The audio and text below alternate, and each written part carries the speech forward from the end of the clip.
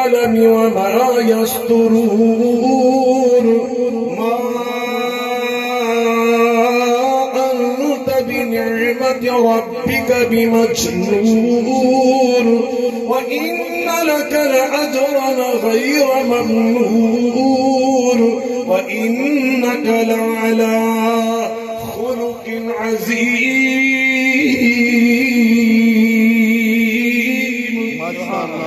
تو میں عرض کر رہا تھا موجودہ دور میں یہ بہت نعرہ بلند ہو چکا ہے. ہم پاکستان کو مدینہ کی ریاست کے مطابق انشاءاللہ بنائیں گے. تو آج ہم بتانا چاہتے ہیں آقا کی سیرت جس کی برکت سے مدینہ کی ریاست دنیا نے دیکھی وہ سیرت کیا تھی.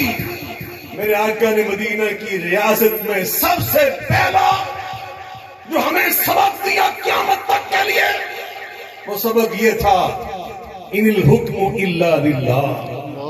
ان الحکم مل کے بولیں ذرا زور سے بولیں حکمرانی ایک حق سے میرے اللہ کا. یا داؤد انا جعلناک خلیفۃ فی الارض فاحکم بین الناس بالحق. حکمران اللہ کا خلیفہ اور نائب ہوتا ہے. وہ اللہ کے حکم کو اللہ کے امر کو اللہ کے دین کو اللہ کی شریعت کو اللہ کے قانون کو سے نافذ کرتا ہے. حکمران اللہ کے حکم کا پابند. حکمران مل کے بول لیں اس کے اندر عاجزی اس کے اندر تواضع. ابھی نبی پاک کی تواضع بیان ہو رہی تھی. نبی پاک کی تواضع عاجزی. حکمران کا مطلب یہ نہیں ہوتا وہ متکبر وہ سرکش افسر بن جائے بندہ کوئی بڑے منصب پہ پہنچ جائے تو اس کے اندر دوسروں کو حقیر سمجھنے کا جذبہ پیدا ہو جائے. ہرگز ایسا نہیں ہے. سورہ لقمان میں حضرت لقمان اپنے بیٹے کو وصیتیں کرتے اللہ کو اتنی پسند آئی اللہ نے وہ ساری وصیتیں اٹھا کر قرآن کا حصہ بنا کر نازل فرمایا. وہ اصول زندگی اصل میں ان میں ایک اصول زندگی یہ اپنے بیٹے سے فرما رہے بیٹا ولا تصائر خدک للناس. جب کسی سے ملنا زندگی میں تو اس کو پوری توجہ کے ساتھ ملنا. پوری توجہ کے ساتھ. ایسا نہ ہو کہ تم اس کے ساتھ ہاتھ ملا رہے ہو اور چہرہ تمہارا دوسری طرف ہو. ایسا نہ ہو وہ بیچارہ تمہارے ساتھ بات کرنا چاہتا ہے اور تو اسے اس لیے توجہ نہیں دے رہا کہ تیرے پروٹوکول خلاف ہے. نہیں. جو ابھی تمہارے پاس انسان آئے وَخْفِضْ جَنَاحَكَ لِلْمُؤْمِنِينَ. آپ نے اپنے کندھے نبی پاک سے اللہ فرما رہے آئے شاہ عرب سے فرما رہا میرا اللہ میرے محبوب تو کائنات کا سردار بھی ہے میرا محبوب بھی ہے نبیوں کا ایمان بھی ہے مگر اس کے باوجود میں آپ کے ذریعے اصل میں قیامت تک آنے والے حکمرانوں کو یہ پیغام دے رہا ہوں وَخْفِضْ جَنَاحَكَ لِلْمُؤْمِنِينَ. پبلک کے سامنے آ کے کندھے جھکے ہونے چاہیے. تمہارے کندھے مل کے بولیں زور سے بولیں. حکمران انتظامیہ کے افسران قومی اسمبلی کے ممبران آپ کے کندھے جھکے ہونے چاہیے. سید القوم خادمہم. جو قوم کا سید ہوتا ہے وہ ان کا خادم ہوتا ہے. وہ ان کا عدی ابن حاتم رضی اللہ تعالی. حاتم تائی کا نام تو سنا نا آپ سب نے. بڑا تو حاتم تائی ہم کہتے ہیں نا کسی کی سخاوت کے والد ہے. حاتم تائی اتنا بڑا سخی تھا. حاتم تائی کا بیٹا تھا عدی اور عدی کوئی عام انسان نہیں تھا. بڑے باپ کا بڑا بیٹا تھا. علم کا بہت ماہر تھا اور مذہب کے اعتبار سے وہ عیسائی تھا. اس نے نبی پاک صلی اللہ علیہ وسلم کی شہرت سنی.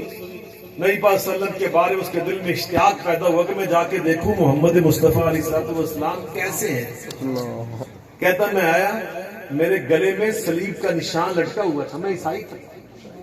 کہتے آ کے جب میں نے مدینہ میں دیکھا نظم و ضبط دیکھا مدینہ کی ریاست کو دیکھا اور پھر میں نے یہ دیکھا کہ مسلمان صحابہ کرام جو امت ہے اپنے نبی کے ساتھ محمد مصطفیٰ علیہ السلام کا اتنا احترام، اتنی محبت کرتے، تو میرے دل میں خیال آیا کہ یہ نبی نہیں ہے، یہ اچھے سمجھدار دنا بادشاہ ہے، یہ اچھے ایک سیانے اور دنا حکمران ہے۔ کہتے ہیں مجھے آپ کی مجلس میں بیٹھنے کا جب موقع ملا، مسجد نبوی تھی، آپ کی مجلس تھی، میں بھی بیٹھا ہوا تھا، این اس مجلس کے دوران میں آپ کے اتوار کو دیکھ رہا تھا، جانچ رہا تھا۔ ایک بوڑھی اماں غربت کی وجہ سے، جس کے کپڑے بہت میلے کچیلے تھے، اس کے پاؤں میں جوتا بھی نہ تھا، گرد و غبار سے اس کے پاؤں گل سے اٹے ہوئے تھے۔ کہتے وہ چلی آئی، کسی نے اس کو روکا ہی نہیں، کسی نے اس کو منع ہی نہیں کیا، وہ آزادی اور حریت کے ساتھ اپنی مرضی سے چلتی آئی اور آ کر بے باکی سے کہتی ہے، نبی کریم علیہ السلام مجھے ایک پریشانی ہے، وہ میں آپ سے شیئر کرنا چاہتی ہوں، میں آپ کو بیان کرنا چاہتی ہوں، اس کا آپ سے حل چاہتی ہوں، لیکن میں آپ سے الگ بات کرنا چاہتی ہوں۔ اب عدی کہتے ہیں میرے دل میں سوچا کہ میں دیکھتا ہوں محمد کریم علیہ السلام کیا انداز اختیار کر رہے ہیں۔ کہتے ہیں میرے دل میں حضرت دو آپشن آئے، میں نے کہا ایک آپشن تو یہ ہوگا کہ نبی پاک صلی اللہ علیہ وسلم اس سے فرمائیں کہ جاؤ واپس، ابھی میں مصروف ہوں، مہمان ہیں، لوگ ہیں، صحابہ ہیں، سردار بیٹھے ہوئے، تم پھر کسی وقت آنا۔ ایک تو آپشن یہ تھا کہ ابھی آپ اس کو واپس بھیجیں۔ دوسرا یہ آیا کہ آپ تو ایک بڑی ہستی ہیں، والی مدینہ ہیں، حکمران ہیں، آپ ہم سے فرمائیں کہ جو ہمیں جلدی جلدی فارغ کر کے اٹھائیں گے تاکہ آپ اس کی بھی بات سن لیں۔ کہتے تیسرا آپشن میرے ذہن میں نہیں تھا، جو میں نے دیکھا آقا نے نہ اس کو لٹایا نہ ہمیں اٹھایا، بلکہ آپ خود اپنی نشست سے اٹھے اور ننگے قدم اس اماں کے ساتھ چلنے لگے۔ کہتے ہیں جو رفتار اس اماں کی تھی اس کا احترام کرتے ہوئے رسول اللہ نے اپنی وہی رفتار رکھی، وہ باتیں کرتی جا رہی تھی، رسول اللہ صلی اللہ علیہ وسلم کندھے جھکے ہوئے، آپ کا سر مبارک عاجزی سے جھکا ہوا، پوری توجہ کے ساتھ آپ اس کی باتیں سنتے جاتے، جہاں تک وہ چلتی گئی رسول اللہ صلی اللہ علیہ وسلم وہاں تک چلتے گئے، جہاں جا کر وہ اپنی مرضی سے رکی نبی پاک صلی اللہ علیہ وسلم وہاں پہ جا کے رکی۔ جب اس نے پوری تسلی اطمینان سے اپنی پوری بات سنا لی اور جب خاموش ہوئی، تب نبی پاک صلی اللہ علیہ وسلم نے اس کو جواب میں کچھ فرمایا، دور سے میں سن نہ سکا۔ جب آپ نے کچھ فرمایا تو پھر میں نے اپنی آنکھوں سے دیکھا اس اماں کے پریشان چہرے پر، جب میں نے مسکراہٹ دیکھی، اس کو ہنستے ہوئے میں نے دیکھا، خوشی میں نے دیکھی، بشاشت میں نے دیکھی، تبسم میں نے دیکھا، مجھے یقین ہوا رسول اللہ صلی اللہ علیہ وسلم نے اس کی پریشانی دور کر دی۔ کہتے جب وہ اپنی مرضی چلنے لگی تو رسول اللہ صلی اللہ علیہ وسلم نے انتظار کیا، جب وہ کچھ قدم چلی گئی پھر آپ نے وہاں سے واپس چلنا شروع کیا۔ آپ اپنی مسجد کی طرف آ رہے تھے، آپ باغ میں بیٹھے، میرے دل سے پکار پہلے اٹھی، یدی یہ کسی حکمران اور بادشاہ کا طرز اور انداز نہیں ہو سکتا، یہ سیرت ہو سکتی ہے تو اللہ کے سچے نبی کی ہو سکتی ہے۔ کہتے ہیں میں نے اللہ کو پکارا اور نبی پاک کے بیٹھنے سے پہلے رسول اللہ کا کلمہ پڑھ لیا، ان الحکم الا للہ۔ ریاست مدینہ میں انتظامیہ، افسران، بڑے سردار، وہ قوم کے خادم ہوتے ہیں۔ عربی میں وزیر، جو لفظ وزیر ہے نا اردو میں، یہ عربی کا ہے، اور وزیر کا مطلب کیا ہوتا ہے؟ بوجھ اٹھانے والا۔ کیا ہوتا ہے اس کا معنی؟ مل کے بولیں، زور سے بولیں۔ وزیر کا معنی بوجھ اٹھانے والا، دوسروں کا خیال کرنے والا۔ خلفاء کے کتنے واقعات ہیں، آپ نے لوگوں کی بھوک کا اندازہ کیا۔ رات کو تو اپنے کندھوں پہ امیر المومنین حضرت عمر فاروق، امیر المومنین حضرت علی ابن ابی طالب اپنے کندھوں پہ کھجوروں کے تھیلے اٹھا اٹھا کر ان کے گھروں تک پہنچاتے ہیں۔ یہ وزیر، یہ انتظامیہ، یہ ریاست مدینہ۔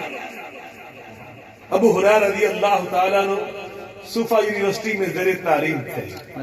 یہ اللہ کا میرے اوپر بھی شرف ہوا کہ مجھے اللہ نے 5 سال مدینہ منورہ میں مدینہ یونیورسٹی میں پڑھنے کا موقع عطا کیا، اور صحابہ کی یاد تازہ کرنے کے لیے، نبی پاک کی یاد تازہ کرنے کے لیے میں اکثر و بیشتر صفہ چبوترے پہ جا کے بیٹھتا تھا، مغرب عشاء سے کے درمیان میں مسجد نبوی میں رہتا تھا، یا وہاں بیٹھتا تھا یا اللہ کے فضل و کرم کے ساتھ 5 سال منبر نبوی کے ساتھ بیٹھتا تھا۔ اللہ اکبر، 5 سال ہم نے وہاں پہ گزارے۔ جب میں 11 پہلے سال تو میری چھوٹی عمر تھی، میں نے حج کیا، اداس سا ہوا، پہلی بار گھر سے نکلا تھا، تو میں نے پہلا خط اپنی والدہ محترمہ رحمت اللہ علیہا کو لکھا۔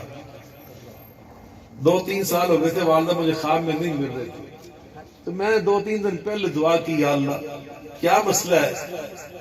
تو مجھے آج رات ہی خواب میں ملا، آج رات گزری۔ اللہ اکبر، اللہ کو جنت میں اعلیٰ مقام عطا فرمائے، اللہ کی ولی تھی۔ تو مجھے انہوں نے پہلا خط لکھا جواب میں، وہ میں نے سنبھال کے رکھا ہے۔ اس کے آخر میں انہوں نے ایک شعر پنجابی کا لکھا، وہ پنجابی کا شعر میں آپ کو سناتا ہوں طرز کے بغیر۔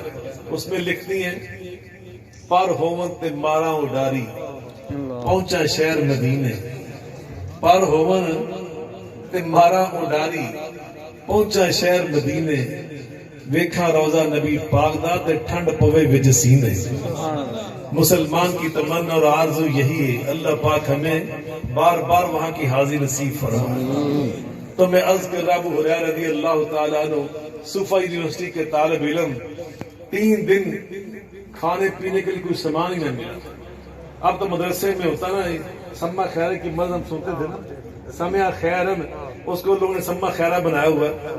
وہ یہ طالب علم ہوتا کہتا ہوں فلاں مدرسے میں نا بڑا اچھا کھانا ملتا ہے، تو جلی بسرا بن کے کئی طالب اتنے ٹر جاتے ہیں۔